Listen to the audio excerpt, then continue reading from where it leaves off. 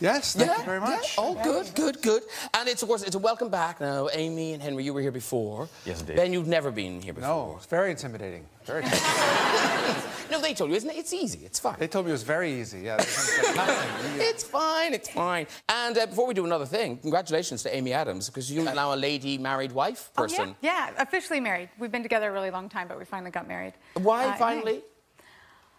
My daughter was really into the idea, so we said, okay. So she could be a bridesmaid. You got married. No, that's the funny thing. She ended up not being into it at all. She just wanted the ice cream, which I think was her plan all along. She'd heard about receptions. Yeah, exactly. And as a married lady, though, here you are, you know, in a whole heap of hotness. Yeah. I have a very understanding husband, which is nice. He lets me be the meat in this manwich here, so. Yeah. Because now, Henry Cavill, are you the hottest man in the world right now? Doesn't sound it. No, I can tell you, actually, you're the fourth. You're the fourth hottest man. That's good to know. Yeah. Now, Ben, you were the hottest man in the world, weren't you? I didn't know that. But oh, now, you were. Now I'm going to find out I'm 86th or something. It's worse than that. You're 99. But you're hotter than Javier Bardem. Thank God. Yeah. I've never even broken the top 10, so you guys should feel really proud. Because in this movie, Ben, you know, you are in incredible shape in this film. So what was your standing start? Because he obviously had been Superman already. Well, yeah, I saw him in the Superman movie before, and I was kind of pissed me off because I was like, great, now you're going to set this whole... I was hoping he'd be kind of normal looking. And then I figured he's the alien, I'm just a man, so I could kind of roll out of bed. But no, we worked out every day, and I hated every minute of it. And I'm glad when it was over. But was there must be, because you can't help it, like when you finally get on set together, you must have been kind of like, oh, his arms aren't that big. You know. That was when we slept together.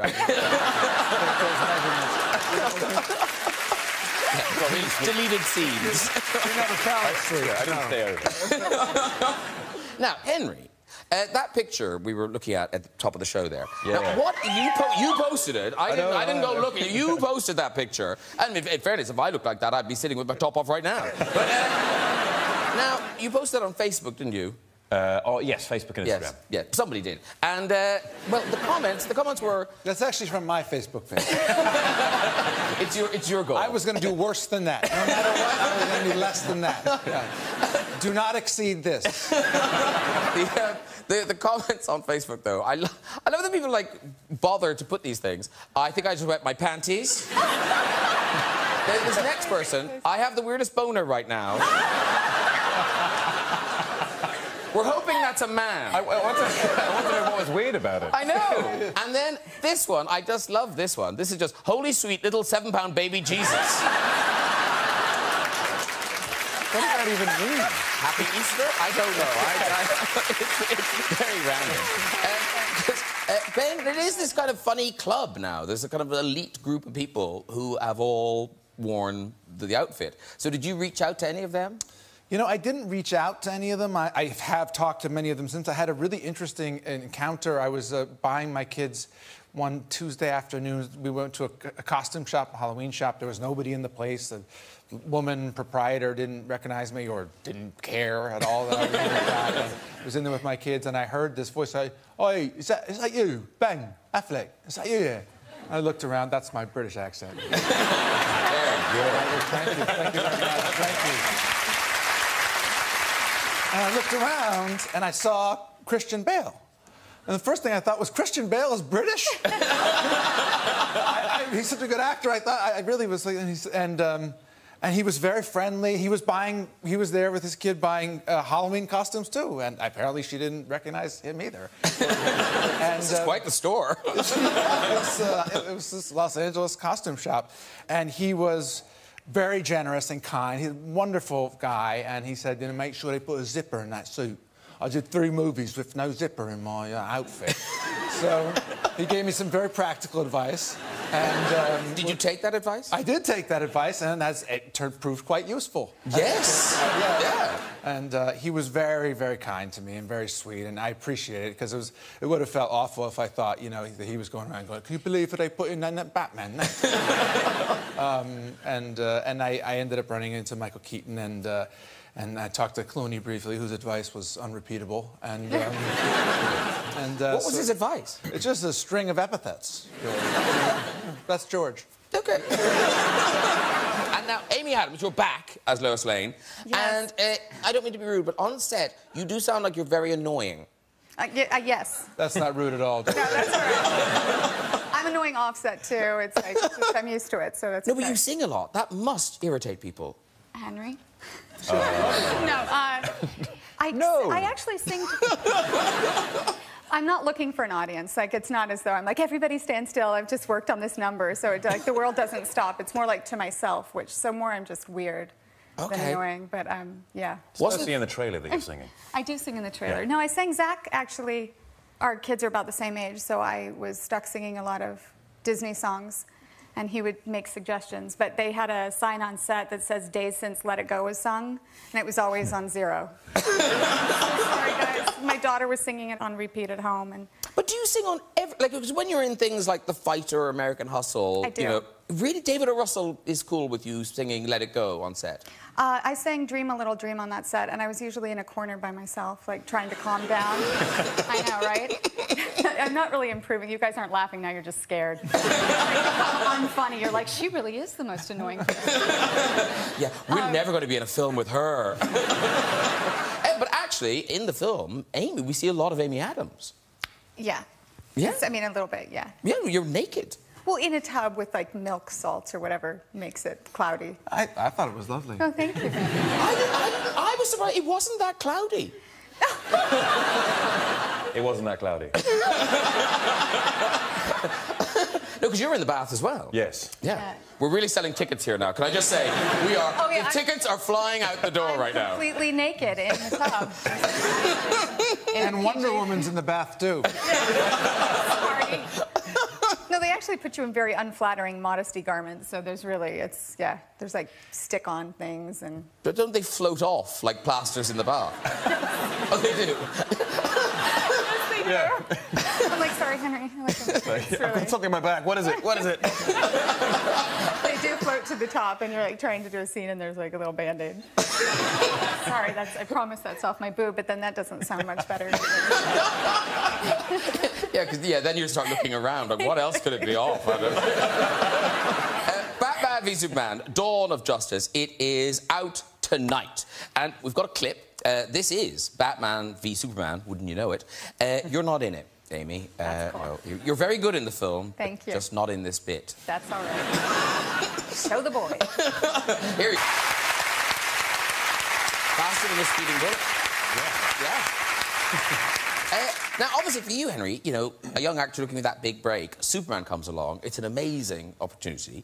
But Ben Affleck, busy, the writing, the directing, the acting. And to take on something like Batman, it's quite a high-risk thing to do. You're telling me. So how did they talk you round?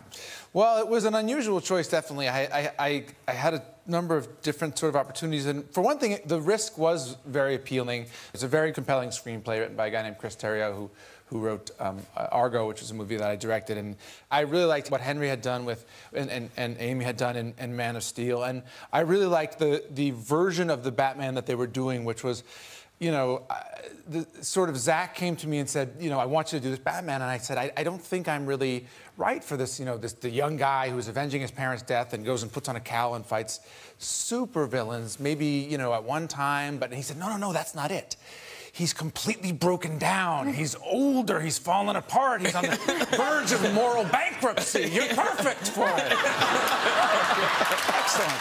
Then we start right up. Thank you. Because you talked about the risk, the high risk. Did the studio kind of manage your expectations about that? They did, actually. They said, look, we want you to know that these announcements now, the fans are really engaged and they feel a great sense of proprietorship over these choices. And they showed me actually some of the reactions to when Heath Ledger was cast as the Joker, who, of course, did a magnificent job. And the reaction, I was shocked at this internet, you know, like this bile. And I said, this just happens. You know, people, if it's not who they expect or who they want, they can be, you know, unpleasant. And I said, no, that won't, not with me. It's going to be fine. And the first time, after the announcement went out, I looked on the internet and I just saw one person and it just said, no!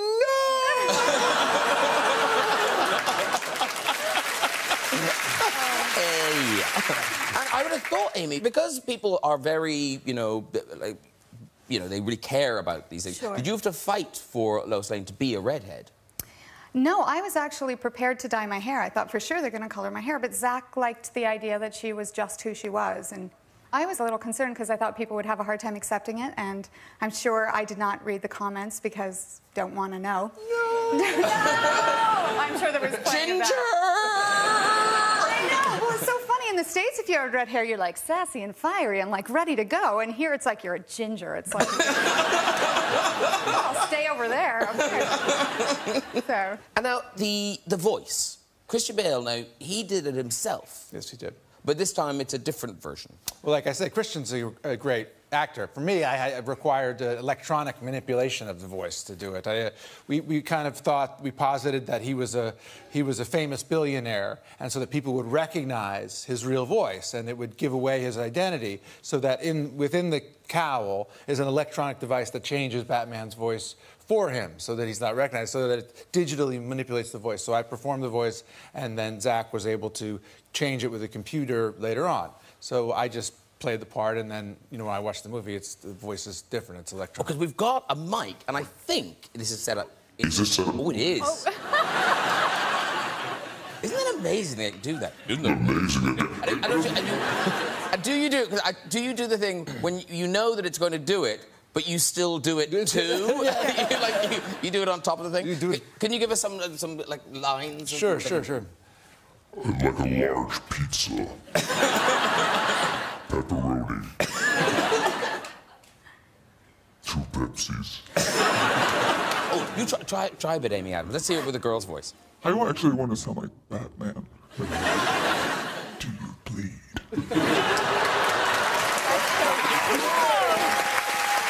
Deep. I'm glad you didn't do that before you were taking my job. That was really good. Have a go, Henry. Why not? What would Superman say? I'm Batman. And I'm secretly in love with Superman. Okay, let's stop. And now, there's been a lot made, I think more than normal this time round, a lot's been made about Superman's disguise as Clark Kent. Yeah. And how really light it is. It's a very light disguise. Seemingly so. Really. Yeah. Like, I've got the glasses, so if you just pop them on so we can see the difference that the glasses make. Just pass them down. Here we go. Prepare to be amazed.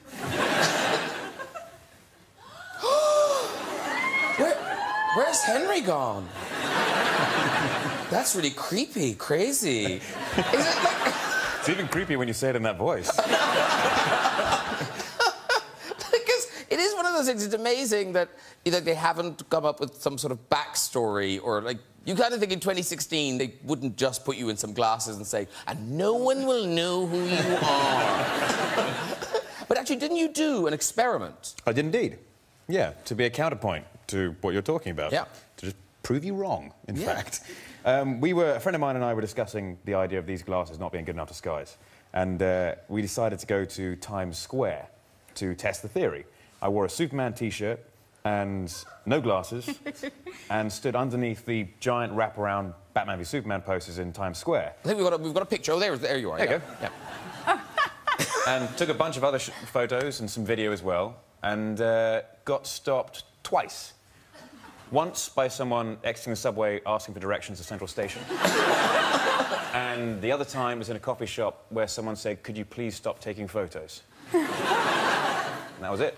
That is bizarre. Yeah. Yeah. It's apparently very easy to do. Can I say, you just look really, that, I have an incredibly boring you look face. really comfortable in those glasses. And smart. Yeah, for once. And you are going to be busy with Superman for quite a while now, because there's the Justice League films they're coming up. But I'm contractually obliged, I must ask you, because James Bond, the gig seems to be up. Last time you came second, didn't you? You were the other choice. Yes. Yeah. The first loser. Yeah, the first loser. The person who was closest to not being him. So this time round, do you think? What's the story? Do I think? I don't know. It all depends. I mean, obviously, I'm very busy with the Superman stuff. If there were any windows and if they wanted me to do that kind of role, it would be great. I'd love to do it. It depends on what everyone here thinks. I mean, if you guys think That was shameless. Shameless. then I guess I should do it. Yeah. Yeah, I think walking the streets begging is bad. It's a bad look. You're better than that, Henry. You're better than that. No, I am not. I think it seems a bit greedy to be Superman and James Bond. Greedy or awesome? Awesome for you. Yes. And the odd thing is, I suppose, there's an awful lot of people in America who don't know you are British. Yes. Because I have to say, your American accent is... I didn't even know Christian Bale was British. Yeah, But his accent is good, isn't it? very good. It's not just British Very people who good. think it's good. No. There are some Brits who come to... First, the Brits have completely taken over America in terms of film and television. You can't turn on the TV with it's all British people on, you know, on our television set. Not that there's anything wrong with it. They've taken over, and some of them, not that I'm going to name any names, that there's anything wrong with it, do accents that sort of sound like this. Hello there, we're pronouncing our R's, can't you tell? And then there are those like Henry and Christian and others whose accents are impeccable and to whom you must tip your hat, wouldn't you say? Yes, I would agree. Yeah. I was wondering if he was going to answer the question directly then or not, or just skirt over the fact, be like, yeah, lots of people have good American accents.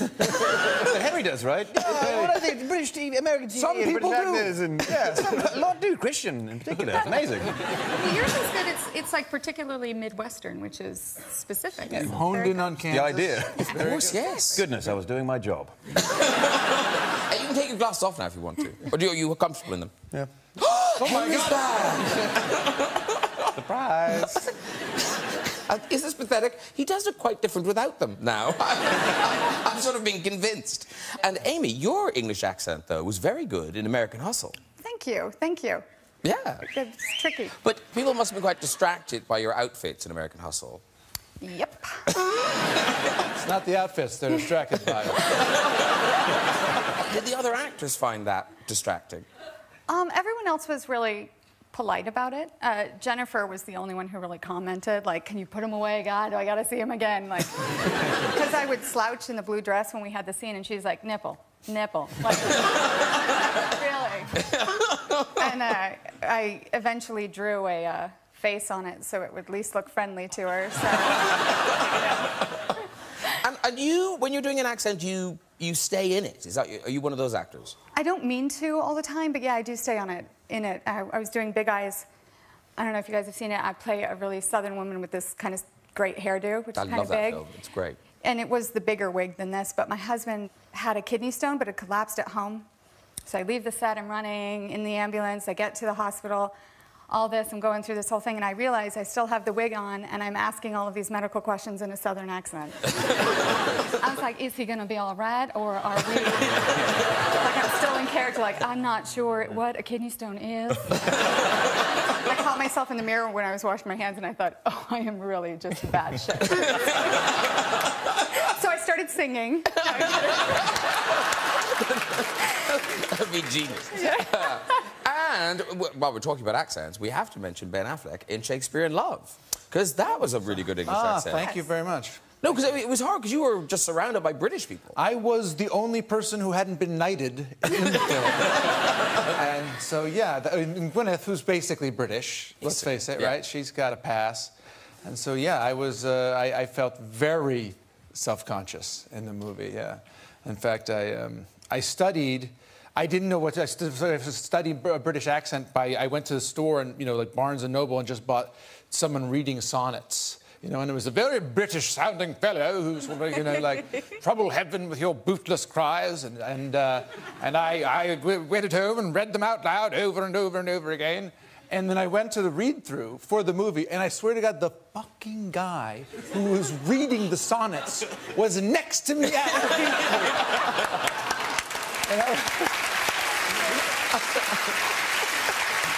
And I said, like, I'm a little embarrassed. This is so amazing. So I've been studying you and your voice from us. And he said, oh, dear boy. It's going to be all right. And a couple of guys from the RSC looked at me and were like, that's a bit more than a pleasant touch of the knee.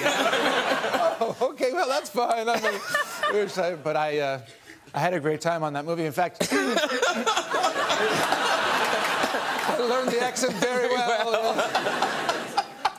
I got to wear a codpiece, which was my only experience wearing one, and then they had to film me from the waist up because they thought it would give us an X. Really? Yeah, it's like I had a giant codpiece built into my costume. Oh, I see. Yeah. Oh, right. You weren't just going, but yeah, it was so big. They can't screen this film. Oh, I see. It was a bit. Why was it so big? I don't know. The costumers. I don't know. My friend, the reader. You know, it's just the way they saw me, I guess. Yeah. Now, Ben, when Matt Damon, he's been here and he talked about the night you won the Oscar for Good Will Hunting, and he has a kind of particular take on it. And yeah. I don't look very happy in that particular photograph. I You assure don't you look I was. He looks Matt thrilled. looks drunk. But looking back, do you kind of rejoice that you had that amazing success so early on, or does a bit of you kind of not regret it, but sort of, I don't know, think it was a bit of a curse? I mean, I don't think it was a curse, but I couldn't really appreciate it. I mean, it was very hallucinatory. It was like, I don't know if you've ever been in a traffic accident, but there's that moment where you go, oh my God, I'm gonna crash into this wall over here. You know, everything sort of slows down and you're spinning around. That was how it kind of felt. They said our names and I sort of looked at Matt and was like, should we get up? And we get up and there's, you know, people are clapping, you know, and there was Jack Lemmon and Walter Matthau presented it to us, and, you know, Billy Crystal was hosting and he was going, Matt and Ben, and, you know, I was 24 years old. I mean, I barely knew anything at all. And it was, you know, I mean, I think it was in some ways trouble to get that much attention that young, and I really didn't have any perspective on it at all. It was a wonderful honor, but it was, you know, I certainly appreciated later on much more what it meant. And was there a kind of thing where people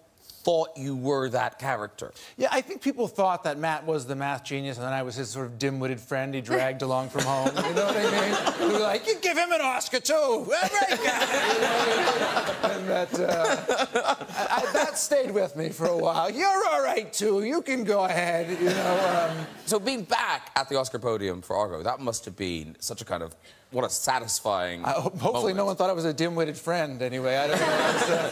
Yeah, no, it was much more satisfying. And I had been through so much stuff, so many ups and downs and humiliations and highs and lows. And you know, at that point I had 3 children and I had built a whole life, and it felt like something that was much more, I appreciated it, and I really felt like I also knew what it meant and what it didn't mean, you know what I mean, and that what was important about it and what wasn't, and it was a really nice night, and I got to share it with people that I really loved, and it was probably a much more healthy experience. And that thing of success early on, because, you know, young actors, they think they got their big break. You know, because Amy, that's such a weird story, the Catch Me If You Can story. Yeah. So you get cast by Steven Spielberg opposite Leonardo DiCaprio, and you must have thought, this is it. It's all taking off now. Yeah, I thought yep. Didn't. No. Now, how many years was it after that you didn't work? I didn't work for a full year after that. And then sort of started getting roles again. And then, yeah, I don't know. I think it got too heady. And again, sometimes when things happen at the wrong time, it gets heady, and then I just choked. Like every audition, I just kind of was really bad. So I can't blame anybody else, but it was overwhelming. Like the thought of, you know, the thought of it was overwhelming. But then it worked out. Wow, is that? Yeah. It's weird that you needed to go through that to get to, you know, where you are now. I think so. It's kind of like you had to let go. You know, it's that whole saying of like, you know, let it go. Wait a second. Please God, no, no! Do you see how it happens? How easy it happens? And then what is the girl to do, you know? Because Henry... No, oh, no, God. It'll cost us too much money. Oh, sorry. Yeah. But Henry, you are... Like, there must be so many actors watching this show and watching this couch, and, like, Hollywood really messed with your head. I mean, they nearly gave you the big gig so many times. Yeah, yeah. There was... I mean, Superman was one of them. Oh, the first time around, yeah. Yeah, Bond was another one. And now I want both. I'll show them. Yeah. Take that, Hollywood. Yeah, essentially, I got close to a bunch of stuff and didn't get it. But it's funny that people think that that's a bad thing, where in Hollywood, everyone's auditioning, or in the acting industry, everyone's trying to get a role, and they're not necessarily getting them. And so, to get an opportunity to be in the limelight by missing out on the big roles is actually a good thing, as opposed to a bad thing. And I count my lucky stars for each one of those. OK, you're turning it into a positive. It still sounds quite shit to just lose jobs over there. It's like, no, didn't get it again. It's great. But it's great for my profile. I'm the guy who never works. Because wasn't Twilight written for you? Oh, well, hey, I don't know. I wouldn't go that far. Or you can. I think the writer of the books, when the movie came around, I think I was her first choice. I think. That's the rumour I heard. And she wanted me to play the role, but it wasn't up to her. And instead, you know, a very talented actor played it instead. Wow. Who will remain nameless. Not that he's angry. Wealthy and famous but nameless. In Twilight. All the Twilights. He's in there. I'll be in the remake. Yeah. And very quickly, Batman v Superman. Of course, the world is very excited to see these films. But, Ben, it sounds like your son is very excited. Because how cool. Like, his dad is Batman. Like, how old is he? 4? Yes, he's 4. He's 4 years old. So does he kind of think you are? He actually, not even kind of, he believes that I'm Batman. I've kind of set a sort of a trap for myself because I showed him some of the clips and the stuff, and I told him, yeah, you know, I'm Batman. And so now he thinks, like, his dad is Batman. You know, truly. And now when I go out of the house, he says, are you going to the Batcave? And I have to tell him, yeah, going to the Batcave. I'm sure that, you know, it's going to come back to haunt me when he's in therapy. Going, like, he lied to me! Batman! It's, What's the thing with the UPS guy? It's not the UPS, it's the FedEx guy. You know, I don't know if in this country Federal Express has the same color combination. There's a sort of purplish tint to the uniform. Yeah. But in the United States, they have this purple color, and so he thinks, my son thinks the FedEx guy is the Joker. And so every time he comes to deliver a screenplay, my son tells me, you know, like, Dad, the Joker's outside. And then he wants me to go fight him. So I have to go through this whole ritual where I go out, I give the guy $20 to do, like, a pantomime kung fu Adam West fight with me, so my son will still believe I'm Batman and I can beat up the Joker. I think the guys draw lots to not have to deliver scripts to my house now. But didn't you give him the best birthday party, though? I did. He wanted to have a superhero party, you know, and that's usually where you pay some guys who dress up like on Hollywood Boulevard as various superheroes, and they come and do a pantomime thing. And I said, sure, no problem. And he said, Dad, I want you to be real Batman.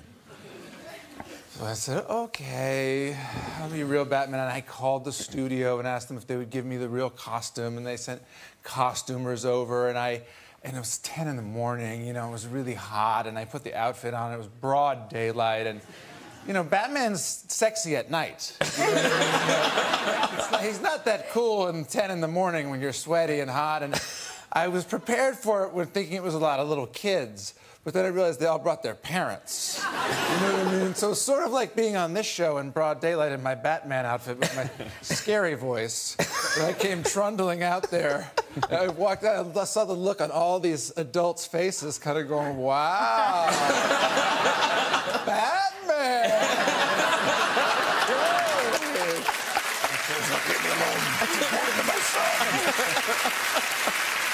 Right, it is time for music. Now, over the last 3 decades, this group have become the most successful British duo of all time. Here performing The Pop Kids, please welcome Pet Shop Boys. City down, city down. Does the cap stay on? The cap? Well, the lights, I mean. Oh, I can switch them off. But do you want them off? Well, it's a bit blinding. I feel like I'm in traffic, but... I can flash. Oh, look at that. Oh. It's all very high-tech. Yeah. Is it the feeling you get for a road accident? Yeah. Do you want them off? No, it's up to you. I don't mind flashing. No, flashing is actually more annoying. I'll leave them on or off. Yeah. Where are they? Oh, there we go. There you go. There we go. So, that is off the album Super. Oh, and I've got... Look at me. I've got... Look... Oh... Oh, Oldie wow. worldy vinyl, ladies and gentlemen. Not oldie worldy anymore. No, it's very popular now. Very. Sainsbury's. I read in the paper, starting to sell them. Really? Yeah. Vinyl records? Vinyl records. God, it's a world gone mad, isn't it? What'll they do with them? Does anyone have a record? It's funny, everyone's talking about people buying vinyl, but where do you buy a record player? Well, it's sort of DJ shops. Oh. You can buy, yeah, you can get the Technics decks, you know. He's down with the kids. Very good. So that is out now. And, oh, no, it's not. It's out on April the 1st. But the Pop Kids is out now. And now you're doing is it 3 nights at the Royal Opera House or 5? It's 4, actually. Okay. It's none of those, Graham.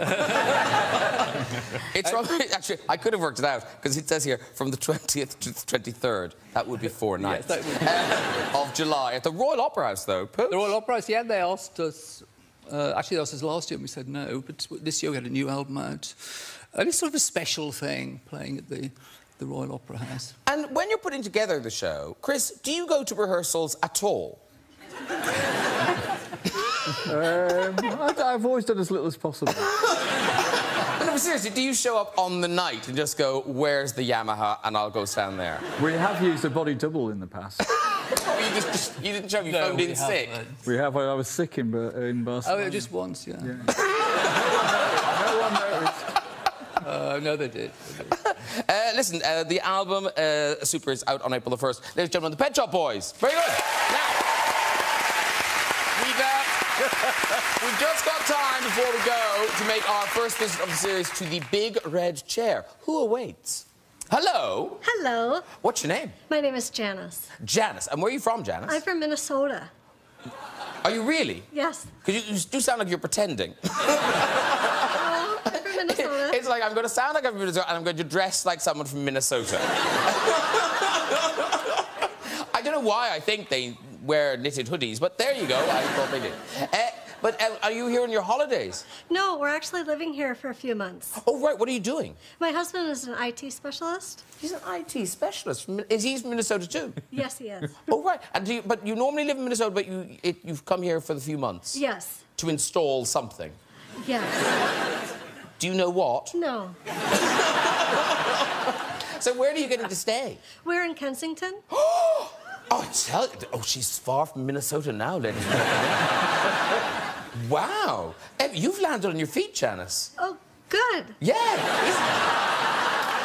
No, he's a catch, the old IT guy. Oh, Very yeah. good. Yeah, yeah. How long have you been married? A lot of years. We'll leave it at that, Janice. I went to art school. 16. 16 years Janice has been married. Well done. OK, Janice, I look forward to this story. Off you go with your story. Okay, so a long time ago, I went on a date with a guy who thought he was Indiana Jones, complete with hat and jacket. And he picked me up in his car, and we drove to dinner. And as we were driving to dinner, he had a flaky booger on the end of his nose. And he was telling me his adventuresome tales because his father was an archaeologist.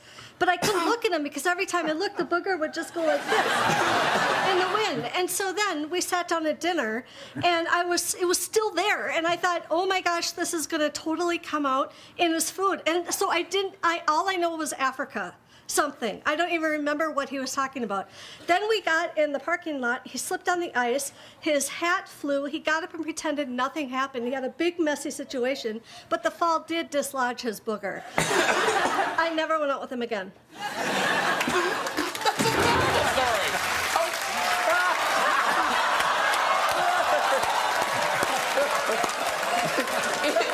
It seems...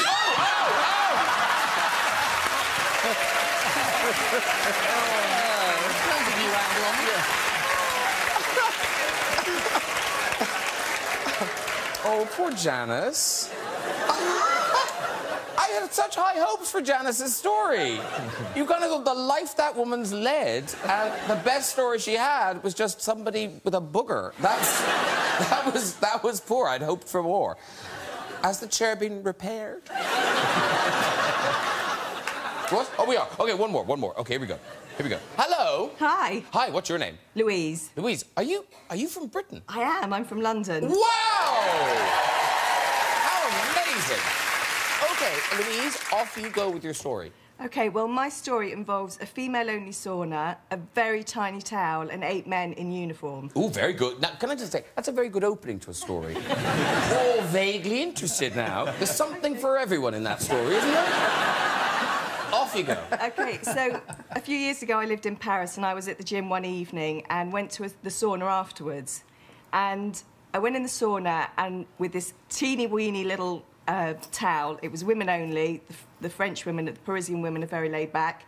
And as I was climbing up to get onto my seat, you know, there's wooden benches in the sauna. My leg went through the wooden bench. One of the slats broke, my leg went through, and I was jammed, could not get out. And so my friend went off to get help. After about 30 minutes of standing there, sweating in the sauna, all of a sudden the door opens. Wait, they didn't turn the sauna off? The door opens, and not one, not two, but 8 firemen walked in, decided it was a job for 8 of them, and managed to pull my leg out of there. These men were very burly. I mean, my friend told me afterwards they were very good-looking. I wouldn't have known. I couldn't look them in the face. I was too mortified. Yeah, that was it. That was my story. Oh, bless. I do need to flip you, though. There you go. Well done, everyone. And if you'd like to join us on the show and have a go in the red chair, you can contact us via our website. And to this very...